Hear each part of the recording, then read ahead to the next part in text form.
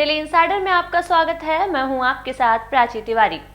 बरेली के कामयाब आकाश में चमकने वाले सितारे तमाम सितारे हैं। उनमें कुछ ऐसे नाम भी शामिल हैं जिन्होंने बेहद कम उम्र में ही सफलता की चमक छोड़ी है। एक विशेष सीरीज 40 लीडर्स अंडर 40 के तहत हम ऐसे युवा और सफल हस्तियों को एक मंच पर लाकर उनकी प्रेरणादायक कहानी युवाओं तक पहुंचा रहे हैं। कार्यक्रम के इस अंक में हम लेकर आए हैं अग्रिम गुप्ता का सफलतम सफरनामा। रास्ता सोचते रहने से किधर बनता है, दिल में जज्बा हो तो दीवार में दर बनता है। ये शेर बरेली की कामयाब हस्तियों की अग्रिम पंक्ति में शुमार अग्रिम गुप्ता पर बिल्कुल फिट बैठता है। अग्रिम ट्रेड एनालिस्ट और फाइनेंशियल एडवाइजर का काम करते हैं। शेयर मार्केट की ट्रेंडिंग का उन्हें 20 साल का अनुभव है।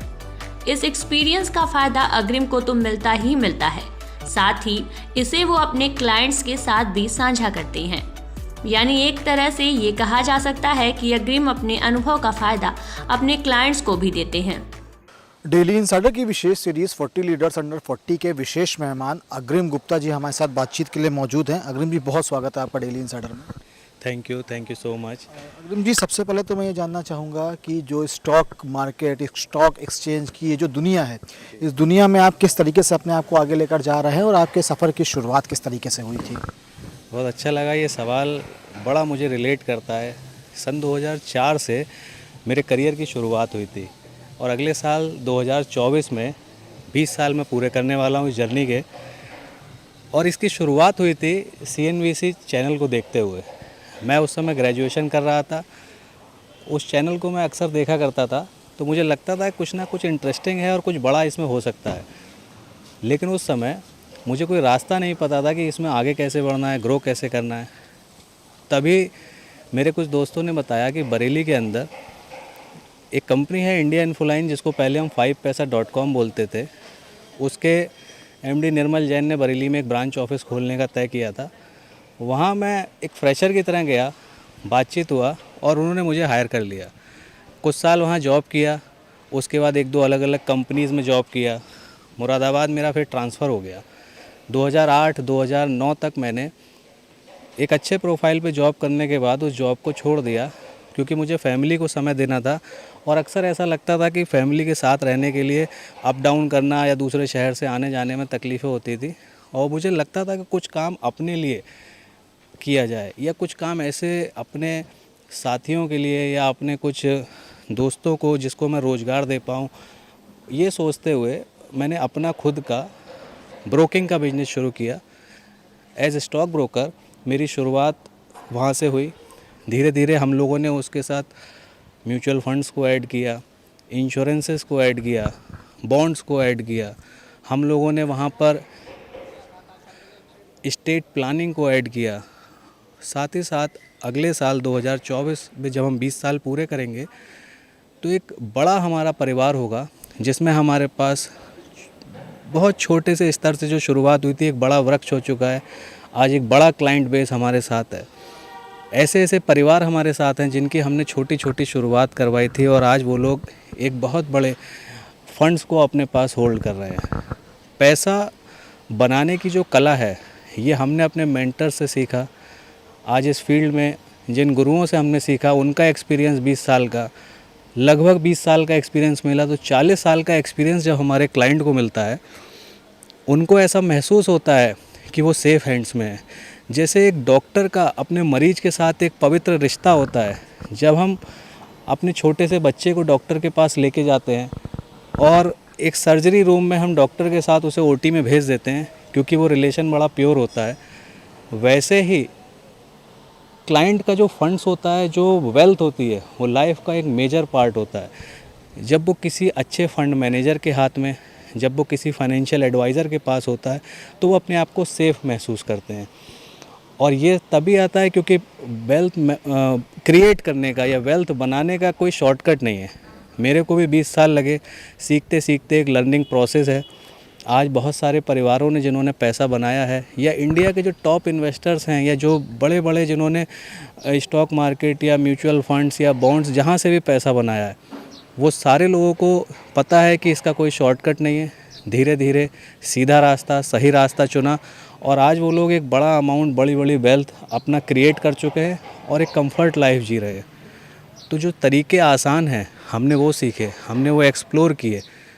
आज आप ताज्जुब करेंगे, इंडिया के अंदर 11 करोड़ से ज़्यादा ड्रीम 11 पे अकाउंट ओपन हो चुके हैं, जिसमें वो कुछ ऑनलाइन अपना बेट करना सिखाते हैं। मैं कभी उसको प्रमोट नहीं करना, न चाहता हूँ, ना मैंने किया, लेकिन ताज्जुब इस बात पे होता है आज 43 साल हो गए बॉम्बे स्टॉक एक्सचेंज की शुरुआत हुए और केवल 10 crore 76 lakh demat account open है। तो लोगों को शॉर्टकट या जल्दी पैसा बनाने का जो तरीका होता है वहाँ पहुँचना आसान है। उनको लगता है कि ये जल्दी से हम पैसा बना लें और मल्टीप्लाई कर लें, लेकिन वहाँ होता उल्टा है। फिर जब उनका नुकसान होता है कहीं ना कहीं वो लोग हमसे मिलते हैं, हम उनको धीरे धीरे एक अच्छा प्लान करते हैं, करते करते तो वो टाइम लगता है। तो मेरा सजेशन यूथ के लिए तो ये है कि कभी भी लाइफ में इन्वेस्टमेंट से पहले एक मेंटर को सर्च कीजिए। अगर आपके पास एक अच्छा मेंटर है, हम एक छोटी सी बात सबको बोल दें, जोक्स अपार्ट साथ में मैं ऐड करूँगा कि भले एक अच्छा एडवाइज़र आपको मुकेश अंबानी ना बना पाए, लेकिन वो कभी आपको अनिल अंबानी नहीं बनने देगा। तो अगर आपके पास एक अच्छा एडवाइज़र है तो भले ही आपकी वेल्थ सिक्योर रहे, धीरे धीरे इंक्रीज़ करे, लेकिन कभी भी आप लॉस में नहीं जाएंगे। और ये तजुर्बा बड़े बड़े इन्वेस्टर्स से हमने सीखा है। आज दुनिया के जो सबसे बड़े इन्वेस्टर हैं वॉरेन बफे, वो हमेशा से ये कहते हैं, उन्होंने 9 साल की उम्र से इन्वेस्टमेंट शुरू किए थे और आज 65 इयर्स की एज तक धीरे धीरे जब वो पहुँचे तो उनका ग्राफ ऐसे चल रहा था। जैसे ही वो 65 की एज में आए उनका ग्राफ सीधा ऊपर और वो दुनिया के रिचेस्ट सेकंड नंबर पे आ गए। जब दूसरे नंबर का सबसे ज़्यादा वेल्दी व्यक्ति ये बताता है कि वेल्थ क्रिएट करने का सबसे आसान तरीका होता है long term investment and consistency. वो फार्मूला हमने सीखा, सिखाया और आगे भी हम उसी पे काम कर रहे हैं। आज मुझे बताते हुए बड़ी खुशी हो रही है कि मेरे पास 40 साल से कम उम्र के कम से कम ऐसे 100 से ज़्यादा युवा मौजूद हैं जिनका पोर्टफोलियो का साइज़ 1 करोड़ से ऊपर है और जो हमने थोड़े थोड़े अमाउंट से शुरुआत करके बनवाया है। और वही रिज़ल्ट है कि अगर साल में 10 या 12% की भी ग्रोथ आती है ना, तो उनके 10-12 लाख रुपए पैसिव इनकम के रूप में खड़े हो जाते हैं। तो आज वो अपना रोज़गार कर रहे हैं, जॉब कर रहे हैं या बिजनेस कर रहे हैं, साथ ही साथ उनको हर साल एक ठीक ठाक सी इनकम जनरेट हो रही है। तो ये जो पैसिव इनकम की पावर है, ये जो कंपाउंडिंग की पावर है, यही हम लोगों को सिखाते हैं, यही बताते हैं। बिल्कुल करीम जी, तमाम चीज़ों को आपने बताया कि कैसे आप जो है वो इस स्टॉक मार्केट में कैसे चीज़ों को आगे लेके जा रहे हैं और तमाम बातें आपने बताई। अब जिस फील्ड को आपने चुना, जिस फील्ड में आने वाले समय में आप 20 साल पूरे कर चुके होंगे, उस फील्ड के लिए चुनने के लिए भी कोई ना कोई एक इंस्पिरेशन होगा। तो वो आपकी लाइफ में कौन इंस्पिरेशन है? इंस्पिरेशन की बात करें तो मैंने बहुत सारी बुक्स को पढ़ा है, बहुत सारे लोगों से मिला। तो अगर हम इंडिया की बात करें तो अच्छे फाइनेंशियल एडवाइज़र्स में नाम आता है भरत पारिक का। अच्छे फाइनेंशियल एडवाइज़र्स में बहुत सारे बड़े बड़े एडवाइज़र्स हैं इंडिया के अंदर जिन्होंने लोगों की वेल्थ को मल्टीप्लाई किया है। आज हम बात करें तो उसमें हमारे पास मुकेश जोशी हैं, रमेश दमानी हैं, भरत पारिक हैं। ये वो लोग हैं जिन्होंने मल्टीप्लाई किया है पैसों को, जिन्होंने लोगों को तरीके बताए हैं, जिन्होंने लोगों की फैमिलीज़ को सिक्योर किया है। और उनको जब देखते हैं, मिलते हैं, सुनते हैं तो हमको ऐसा लगता है ये इतना नोबल वर्क है कि अगर हम किसी की ज़िंदगी में कोई भी वैल्यू ऐड कर पाते हैं तभी तो हमारा इस जीवन में रहना सार्थक है। वरना हम आएँ, अपना रोल, अपना किरदार ना निभा पाएँ और सीधे सीधे इस दुनिया से जाना सभी को है। तो कुछ लोगों के जीवन में अगर हम वैल्यू ऐड कर पाए तो हमारा इस जीवन का हमको अर्थ मिल पाएगा। यानी कुल मिला के आपका ये कहना है कि जैसे फैमिली डॉक्टर होता है, फैमिली फार्मासिस्ट होता है, बिल्कुल वैसे ही फैमिली एडवाइज़र भी होना ज़रूरी है। 100%। अगर आपके पास एक अच्छा फाइनेंशियल एडवाइज़र है तो आपके गोल्स को अचीव करने में बहुत अच्छे से वो हेल्प कर पाएगा। आप अपना पूरा ध्यान अपने कोर बिजनेस पे, अपनी जॉब पर या जो भी आप काम करते हैं उस पर ध्यान दे पाएंगे। फिर आपको ये टेंशन नहीं होगी कि मैं क्या ख़रीदूँ, कहाँ इन्वेस्टमेंट करूँ जिससे मुझको रिटर्न ज़्यादा मिले, क्योंकि अपने क्लाइंट्स के लिए हम पढ़ाई करते हैं, अपने क्लाइंट्स के लिए हम अपडेट रहते हैं। आपको बताऊँ, सन 2020 में जब लॉकडाउन हुआ था तो उस समय पर लगातार हमने उस समय को यूज़ करते हुए पढ़ाई शुरू की फिर से। आज मैं एक चार्टर्ड वेल्थ मैनेजर हूँ, ये कोर्स मैंने किया।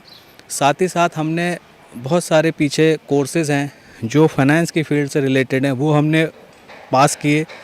उसका रिज़ल्ट ये हुआ कि अभी जब पीछे मार्केट क्रैश हुआ तो हमारे बहुत सारे क्लाइंट्स को नॉमिनल सा लॉस हुआ। रीज़न क्या है कि हम जब तक कुल्हाड़ी पे धार नहीं करें, पेड़ नहीं काट पाएंगे। तो जितना कुल्हाड़ी पे धार होगी, हमारी फील्ड में हम उसको स्टडी बोलते हैं, जितना ज़्यादा हम स्टडी करेंगे, जितना ज़्यादा हम चीज़ों को ऑब्ज़र्व करेंगे, उतना हम अपने क्लाइंट के लिए बेहतर कर पाएंगे। और उसी का रिज़ल्ट है कि आज बहुत सारे लोग हमारे पास एक बड़ा बड़ा अमाउंट सिक्योर समझ के छोड़ते हैं कि आप अपने हिसाब से इसको मैनेज कीजिए। हमने कोविड के टाइम पे मल्टीपल नंबर ऑफ़ क्लेम्स को सेटल करवाया, भले ही वो हमारे क्लाइंट्स रहे हों या ना रहे हों, चाहे वो हेल्थ इंश्योरेंस पॉलिसीज़ हों, चाहे वो लाइफ इंश्योरेंस पॉलिसीज़ रही हों। उससे बड़े बड़े अमाउंट्स लोगों के जब घर में गए तो उन परिवार की इतनी ब्लेसिंग्स हमको मिलती हैं कि आज उसका रिज़ल्ट जो है वो सारे लोग देखते हैं। उन परिवारों के ऊपर एक बहुत सारे परिवार ऐसे थे जिनके ऊपर होम लोन, पर्सनल लोन या कार लोन होता है, कॉमन सी बात है। लेकिन जब उनका कमाने वाला मेंबर इस दुनिया में नहीं रहता है तो वो लोन रूपी जो पत्थर होता है ना, वो उस परिवार पे गिरता है, जो उस परिवार के अगले कई सालों की नींव को हिला देता है। हमने क्या किया, इस तरीके से उसको मैनेज किया कि वो पत्थर अगर कभी गिरे तो इंश्योरेंस कंपनी की तरफ गिरे, जिससे उस परिवार को कभी भी फाइनेंस का इशू ना हो। और यही हुआ। आज अच्छा लगता है कि बहुत सारे परिवार जो बिखर जाते ताश के पत्तों की तरह, लेकिन आज वो सिक्योर हैं, अच्छा महसूस करते हैं। एक अच्छी फाइनेंशियल प्लानिंग, जिस तरीके से एक डाइटिशियन होता है ना, वो आपके खाने में कितना आपको विटामिन लेना है, कितना आपको प्रोटीन लेना है, कितना आपको कार्ब्स लेना है और कितना फाइबर लेना है, ये पूरा आपको कैलकुलेट करके बताता है एक अच्छी हेल्दी लाइफ के लिए। ऐसे एक अच्छा फाइनेंशियल एडवाइज़र आपके पोर्टफोलियो के अंदर कौन कौन सा आपकी बास्केट में एग होता है, ये डिज़ाइन करता है। एक अच्छी फाइनेंशियल प्लानिंग आपको बचाती है आने वाले समय की मुश्किलों से। एक सवाल मेरा इसी से जुड़ा हुआ है, जब इन्वेस्टमेंट की बात आती है तो छोटे छोटे एक स्टार्स में लिखा होता है टर्म्स एंड कंडीशन, कहीं ना कहीं वो चीज़ लोग ध्यान नहीं दे पाते हैं और शायद यही वजह है कि आने वाले समय में जब उसका असली इस्तेमाल होना होता है तो शायद वो नहीं हो पाता है। तो जो टर्म्स एंड कंडीशंस वाली बात आती है, इसको भी कस्टमर को समझाना, अपने क्लाइंट्स को समझाना, ये भी एक बड़ी जिम्मेदारी होती होगी आप लोगों के कंधों पर। कैसे समझाते हैं? देखिए, सबसे पहले तो एक अच्छा फाइनेंशियल प्लानर या एक अच्छा फाइनेंशियल एडवाइज़र उन टर्म्स एंड कंडीशंस को खुद समझ ले, वो बेहतर है। अभी मैं पीछे आपको बताऊं, एक हम लोगों के पास होता है मैरिड वुमेन प्रॉपर्टी एक्ट, जिसके बारे में शायद ही बहुत कम लोग जानते होंगे। वो एक ऐसा एक्ट होता है कि अगर आप कोई भी इंश्योरेंस खरीदते हैं और उस टाइम पे उस एक्ट को आपने इम्प्लीमेंट किया, उस पॉलिसी के साथ ऐड ऑन कर लिया विदाउट एनी चार्जेस, वो होता है। तो आपके परिवार के ऊपर अगर कोई भी अनसिक्योर्ड लोन या आपके परिवार के ऊपर कोई भी ऐसी परेशानी आती है तो किसी भी तरीके से उस आपकी संपत्ति को, उस बैंक को कभी भी आईटी डिपार्टमेंट अटैच नहीं कर सकता।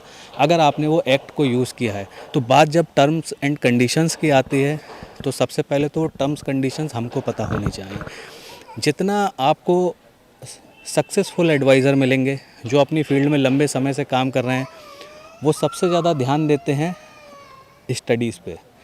जितना ज़्यादा आप एक्सप्लोर करेंगे उतना आपके क्लाइंट का समय बचेगा बाद में होने वाली परेशानियों से।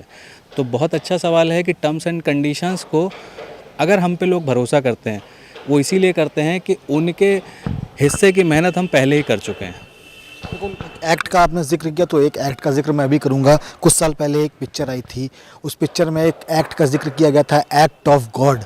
अब मुझे लगा आपसे पूछना चाहिए तो मैं आपसे पूछ रहा हूं अपनी क्यूरियोसिटी के लिए, और जो हमारे दर्शक सुन रहे हैं वो भी जानेंगे इन सब चीज़ों को लेकर। जी, एक्ट ऑफ गॉड की बात करें तो ये बहुत अच्छा आपने सवाल किया।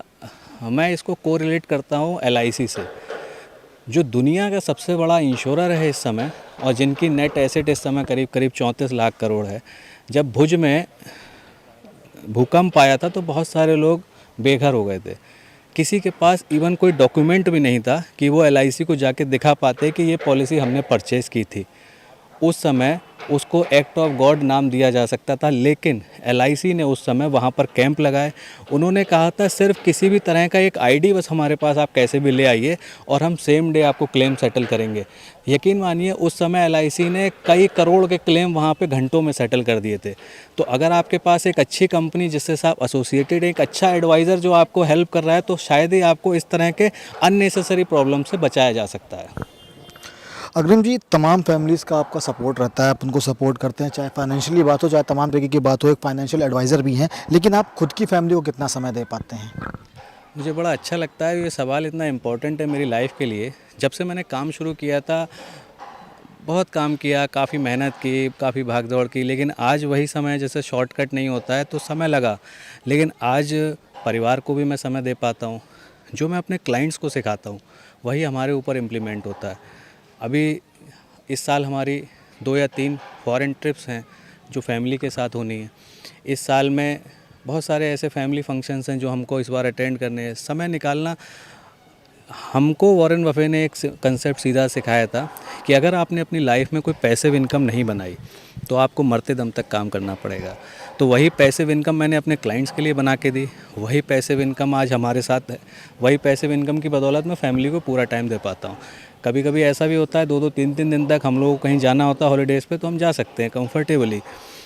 यही चीज़ लोगों को समझना है कि जब आपके पास हेल्थ है, जब आपके पास पैसा है और अगर आपके पास समय नहीं है तो उस पैसे का भी होना व्यर्थ है। अगर आपके पास समय और पैसा है, लाइफ सक्सेसफुल है, आपके पास टाइम भी है, आप फैमिली को भी दे पा रहे हैं, तो कुछ ऐसा कीजिए जिससे आप परिवार और समाज को भी समय दे पाएँ। बिल्कुल। अग्रिम जी, एक सवाल मेरा और है, आप जिस तरीके से दूसरे परिवारों की मदद करते हैं, खुद का भी आप चीज़ों को आगे लेकर जा रहे हैं, लेकिन ऐसे में एक चीज़ आती है देश को लेकर। जब आप जैसे लोग देश के बारे में सोचते हैं तो आगे आने वाले समय में देश को किस दिशा में आप देखते हैं? क्योंकि अगर वर्तमान की बात की जाए तो जो हमारे PM साहब हैं, प्रधानमंत्री नरेंद्र मोदी, वो $5 ट्रिलियन इकोनॉमी का लक्ष्य रखे हैं।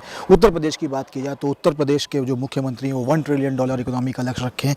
तो ये जो लक्ष्य रखा गया है, आने वाले समय में क्या लगता है कि जिस फील्ड में आप हैं वो फील्ड कैसे लेके देश को उस तरक्की की ओर लेके जाएगी? बहुत सीधा सा इसका आंसर है कि किसी भी देश की इकोनॉमी का प्रतिबिंब होता है स्टॉक मार्केट। उस देश की स्ट्रेंथ को दर्शाता है वहाँ का स्टॉक मार्केट। मोदी जी ने 5 ट्रिलियन इकोनॉमी का जो लक्ष्य दिया है, मुझको लगता है बहुत शानदार तरीके से पूरा होगा। आज कुछ समय पहले मुकेश अंबानी का एक स्टेटमेंट आया था कि 2047 तक we will achieve $50 trillion economy by 2047। तो शायद इसको हमको लगता हो कि अगले 25 साल की बात इन्होंने की है, लेकिन वो 25 साल की बात मामूली बात नहीं है। अगर ऐसा होता है, शानदार अगले आने वाले समय के हमको 25 साल दिखाई देंगे। एक छोटी सी बात अभी कुछ दिन पहले मैं न्यूज़पेपर में पढ़ रहा था और हाईलाइट भी हुई है कि इंडिया के अंदर, जम्मू एंड कश्मीर के अंदर 5.9 मिलियन टन लिथियम मिला है। अगर वो लिथियम का रिज़र्व हमारे देश को मिला है तो कहीं ना कहीं ईश्वर भी चाहता होगा कि इस देश को विकासशील से विकसित बनने में मदद करे। और मैं हमेशा से अपने क्लाइंट्स को बोलता हूँ, अगले 10 साल इंडिया के डेवलपिंग से डेवलप्ड होने वाले फेज़ के हैं। ये 5.9 मिलियन टन जो हमको आज लिथियम मिला है ना, ये वर्ल्ड का हाईएस्ट ग्रेड का लिथियम है। आज वर्ल्ड में जो मानक हैं उसके हिसाब से 220 ppm का लिथियम चलता है, जो हम इंपोर्ट करते हैं चाइना से। और आज हमारे पास 500+ ppm का लिथियम मिला है, जो चाइना के टोटल रिज़र्व से भी ज़्यादा है। तो हम उम्मीद करते हैं कि आने वाले समय में हम लिथियम को एक्सपोर्ट करेंगे। तो सोचिए, इस देश में जो बैटरी के व्हीकल्स हैं उनकी कॉस्ट रहने वाली है हाफ या 1/3, क्योंकि बैटरी वाले व्हीकल में जो सबसे मेजर पार्ट और महंगा पार्ट है वो बैटरी होता है। सोचिए, आने वाले टाइम में जब ऐसा होगा, एक आम आदमी भी बैटरी वाला व्हीकल 2 या 3 रुपये किलोमीटर, 1 रुपये किलोमीटर में जब उसको सफ़र कर पाएगा। इस देश के किसी भी देश में जब डेवलपिंग से डेवलप्ड फेस में आते हैं तो वहाँ का जो इंफ्रा होता है वो सबसे बड़ा रोल अदा करता है। तो जिस तरीके से मुंबई दिल्ली एक्सप्रेसवे और इस देश में बनने वाले 16 जो नए एक्सप्रेसवेज़ हैं, ये जो कनेक्टिविटी को बेहतर करेंगे, जैसे जैसे ये एक्सप्रेस वेज बनेंगे, जैसे जैसे हमारे देश में इंफ्रा डेवलप होगा, वैसे वैसे आप देखिएगा डेवलपमेंट की तरफ हम लोग एक एक स्टेप बढ़ते चले जाएंगे। और मैं लोगों को सिर्फ यही विजुअलाइज़ कराता हूँ, 2032 को देखिए, अगले 10 साल बाद अपने आप को देखिए। आज जो भी आपकी इनकम है, मिनिमम 10 टाइम्स यहाँ से आपकी इनकम ग्रो होगी अगर आपने सही ढंग से, सही मेंटर के थ्रू इस जर्नी को फॉलो किया। वरना कहीं ऐसा ना हो कि एक ट्रेन जा रही है, ग्रोथ स्टोरी शुरू होने वाली है, ग्रोथ स्टोरी का इंजन लग चुका है और हम उस ट्रेन को बैठना या उस ट्रेन को पकड़ना मिस कर जाएं।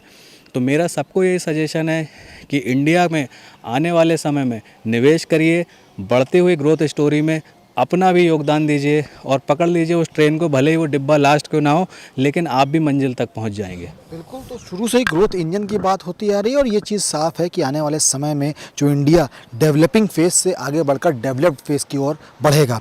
अग्रिम जी, एक आखिरी सवाल है मेरा, आप जैसे युवाओं की कहानियों को आम लोगों तक साझा करने के लिए, उन्हें इंस्पायर करने के लिए हम एक विशेष सीरीज़ लाए हैं 40 लीडर्स अंडर 40 के बारे में कुछ आप विशेष टिप्पणी करना चाहेंगे? ये एक यूनिक कंसेप्ट है जो आपने अभी शुरू किया है और आज की डेट में पूरे वर्ल्ड को अगर देखते हैं तो जो इंडिया के अंदर युवा पॉपुलेशन है वो सबसे ज़्यादा है। 65% हमारे पास यूथ 40 साल से कम का है। अगर इनको एक सही दिशा मिलती है, इनको एक काम करने का सही ट्रैक मिलता है, तो हमारा देश विश्व गुरु बनने की जो बात होती है ना, वो इम्पॉसिबल नहीं, बहुत आसान है। आज बहुत सारे देश परेशान हैं इस बात से कि उनके पास ओल्ड एज की पॉपुलेशन बहुत ज़्यादा है। तो आज ये जो आपने सीरीज़ शुरू की है, मुझको ऐसा लगता है कि ये हमारा मैसेज, अलग अलग क्षेत्र के युवाओं का मैसेज, जब आने वाली नई जनरेशन जो 20-21 साल, ये जो ग्रेजुएशन या MBA कर रहे हैं, उन तक पहुंचेगा, तो उनको भी पता लगेगा कि जब वो अगले 10-15 साल का सफ़र करने वाले हैं तो वो हमसे भी तेज़ आगे बढ़ सकते हैं। तो ये सीरीज़ का इम्पैक्ट पड़ेगा लोगों की लाइफ में। और आपका चैनल, ये जो आप कर रहे हैं, ये लोगों की लाइफ में वैल्यू ऐड करने का काम कर रहे हैं। तो इसकी ब्लेसिंग्स आपको बहुत मिलने वाली हैं जो इनडायरेक्टली आपको हेल्प करेंगी आगे बढ़ने में। बातचीत के लिए शुक्रिया। तो अभी आपने जिनको सुना, जिनकी सफ़रनामे के बारे में, जिसके बारे में आपने जाना, वो अग्रिम जी थे, जिनका साफ तौर पर ये कहना है कि अगर भारत देश की बात की जाए तो आने वाले 10 सालों में जो डेवलपिंग फेज़ से हम गुजर रहे हैं, हम डेवलप्ड फेज़ में एंटर कर जाएंगे और शायद वो भविष्य का ग्रोथ इंजन जो भारत की बात कही जाती है, वो कहीं ना कहीं उभर कर भी सामने आएगा। अग्रिम ने अपने क्षेत्र की सफल हस्तियों से तो प्रेरणा और सीख लेने के साथ ही अपने पिता से भी बहुत कुछ सीखा। इसके अलावा इन्होंने सक्सेस के लिए कठिन मेहनत भी की, बाहर जाकर जानकारियां जुटाई। मेहनत जब साथ चलती है तो सफलता कदम ताल करती है, ये बात जग जाहिर है। देखिए, ऐसा है, ये थोड़ा सा इसके विषय में बताऊं कि मैं भी पहले LIC का काम कर चुका हूं, तो कहीं ना कहीं थोड़ा सा ऊपर से उतरता है वो चीज़ें। और फिर इन्होंने इनका जो सर्किल है उसमें सब ऐसे लोग हैं कि जो इस लाइन से जुड़े हुए हैं। और इन्होंने इस काम जब शुरू किया था तो बड़े हल्के से शुरू किया था, धीरे धीरे, कि भाई लगा था कि कुछ होगा नहीं। कुछ समय बाद फिर ये लगने लगा कि इसमें बहुत कुछ हो सकता है। फिर इसको सीखते गए। इन्होंने कई सारी क्लासेस बाहर जाके भी अटेंड किए हैं और जो सीखने के बाद जब काम किया है तो सक्सेस जो है साथ साथ चल रही है। और बरेली के आसपास या पूरे उत्तर प्रदेश में इनके क्लाइंट अच्छे हैं और आज बहुत अच्छे तरीके से सफलता के साथ अपने काम को आगे बढ़ा रहे हैं। एक माँ के लिए औलाद की कामयाबी और खुशियों से बढ़कर और कुछ नहीं होता। अग्रिम की माँ भी उनकी कामयाबी से बेहद खुश हैं और प्राउड फील कर रही हैं। बहुत प्राउड होता है जिस तरह से वो सफलता हासिल कर रहे हैं और कुछ चीज़ें वो अपने पापा से भी सीखी हैं उन्होंने। उनके पापा भी बीच बीच में काफ़ी गाइडेंस करते रहते हैं और उसको वो सुनते भी हैं, मानते हैं और आगे बढ़ रहे हैं। सफलता उनको मिल रही है, उस प्राउड होता है। अग्रिम की पत्नी अंशिका भी उनके काम में हाथ बटाती हैं। बैक ऑफिस का पूरा काम वो खुद संभालती हैं, यानी कि अग्रिम की सफलता में अंशिका का भी एक अंश शामिल है। इनका काम जो भी है उसमें मैं बैक ऑफिस देखती हूँ। बैक ऑफिस का इनका जितना काम होता है उसमें इनको हेल्प करने की कोशिश करते हैं। बाकी जब लॉकडाउन का टाइम था तब इनके साथ रह के तब इनका काम ज़्यादा उस समय सीखा था, फिर तब दोनों ने मिलके सीखा, उसको फिर बढ़ाने की कोशिश की। बाकी इन्होंने तो उसमें बढ़ के अपनी काम में सक्सेस हासिल की और उसमें भी आगे बढ़ते ही जा रहे हैं और बढ़ते ही रहना है। अग्रिम के क्लाइंट से जब हमने बात की तो वो पूरी तरह संतुष्ट दिखाई दिए। उन्होंने बताया कि कैसे अग्रिम की वजह से उनका बोझ और कम हो गया है। अग्रिम की वजह से वो फाइनेंशियली सिक्योर फील करते हैं। तो मैं बताना चाहूँगा, बेसिकली अग्रिम जी से मेरी मुलाकात करीब 2 साल पहले हुई थी और चूँकि मैं अपने एक प्रोफेशन में हूँ और मेरे पास में क्या है कि नॉर्मली इतना टाइम नहीं रहता कि मैं अपने फाइनेंसेस को मैनेज कर सकूँ। तो अग्रिम जी से मेरी किसी रेफरेंस के थ्रू मुलाकात हुई थी और जब से इनसे मुलाकात हुई है तो मैं अपने आप को काफ़ी रिलैक्स फील करता हूँ। उसका कारण एकमात्र ये है कि बेसिकली देखिए एक ऐसा एडवाइज़र जो रोल होता है नॉर्मली जैसे एक डॉक्टर का रोल होता है कि भाई आप डॉक्टर के पास जाते हैं, वो आपकी एक डायग्नोसिस करता है। नॉर्मली कोई भी डिसीज़ होती है उसकी डायग्नोसिस करता है and he is giving you the right solutions. Similarly मैं एक अर्निंग पर्सन हूँ और मुझे ऐसा लगता है कि मेरी लाइफ में अभी तक वो कमी थी जो अग्रिम जी ने पूरी की। उसमें ऐसा लगता है कि ये एक अच्छे फाइनेंशियल कंसल्टेंट हैं और उन्होंने मुझे अच्छे तरीके से ये इंश्योर किया कि जो आपके फाइनेंसेस हैं उसको किस तरह से मैनेज किया जा सकता है। Right, being a normal layman मुझे कुछ भी नहीं मालूम था। मैंने अपनी फ्यूचर की कोई प्लानिंग नहीं कर रखी थी और बस ऐसे ही हेवायर में मेरे इन्वेस्टमेंट्स होते थे। बट इन्होंने काफ़ी मैनेजमेंट इनका इतना प्रॉपर मैनेजमेंट था, इतनी प्रॉपर सर्विसेज थी कि अब मुझे एटलीस्ट अपने फ्यूचर के बारे में ये नहीं सोचना है कि मेरे रिटायरमेंट का क्या होगा या मेरे बच्चे जब बड़े हो रहे हैं तो उनकी एजुकेशन के लिए क्या मेरे को कहाँ से फाइनेंसेस मैनेज करने पड़ेंगे। So everything now managed. So this is what the role of an advisor. और मुझे ऐसा लगता है कि in every individual's life advisor role is very very important because वही आपकी एक फ्यूचर की जो नीड्स हैं उसको फाइनेंशियल नीड्स को उसको आइडेंटिफाई कर सकता है और उसको प्रॉपर वो कर सकता है, मैनेज कर सकता है। अग्रिम अपने नाम के मुताबिक अग्रणी हैं। युवा इनसे प्रेरणा ले सकते हैं, सीख सकते हैं और कामयाबी की इबारत लिख सकते हैं। जिस तरह से अग्रिम ने सीखा और फिर उसे एग्जीक्यूट किया वो वाकई काबिले तारीफ है। तो ये थी बरेली के कामयाब सितारे अग्रिम गुप्ता की कहानी, जो कि आपके लिए बन सकती है प्रेरणा का सबब। फिलहाल हमें दीजिए इजाजत, फिर मिलेंगे एक और सफरनामे के साथ। आप देखते रहिए डेली इनसाइडर। शुक्रिया। यूपी और देश दुनिया की तमाम ताजा तरीन खबरों के लिए गूगल प्ले स्टोर से आज ही डाउनलोड करें हमारा तेजी से उभरता न्यूज ऐप डेली इनसाइडर।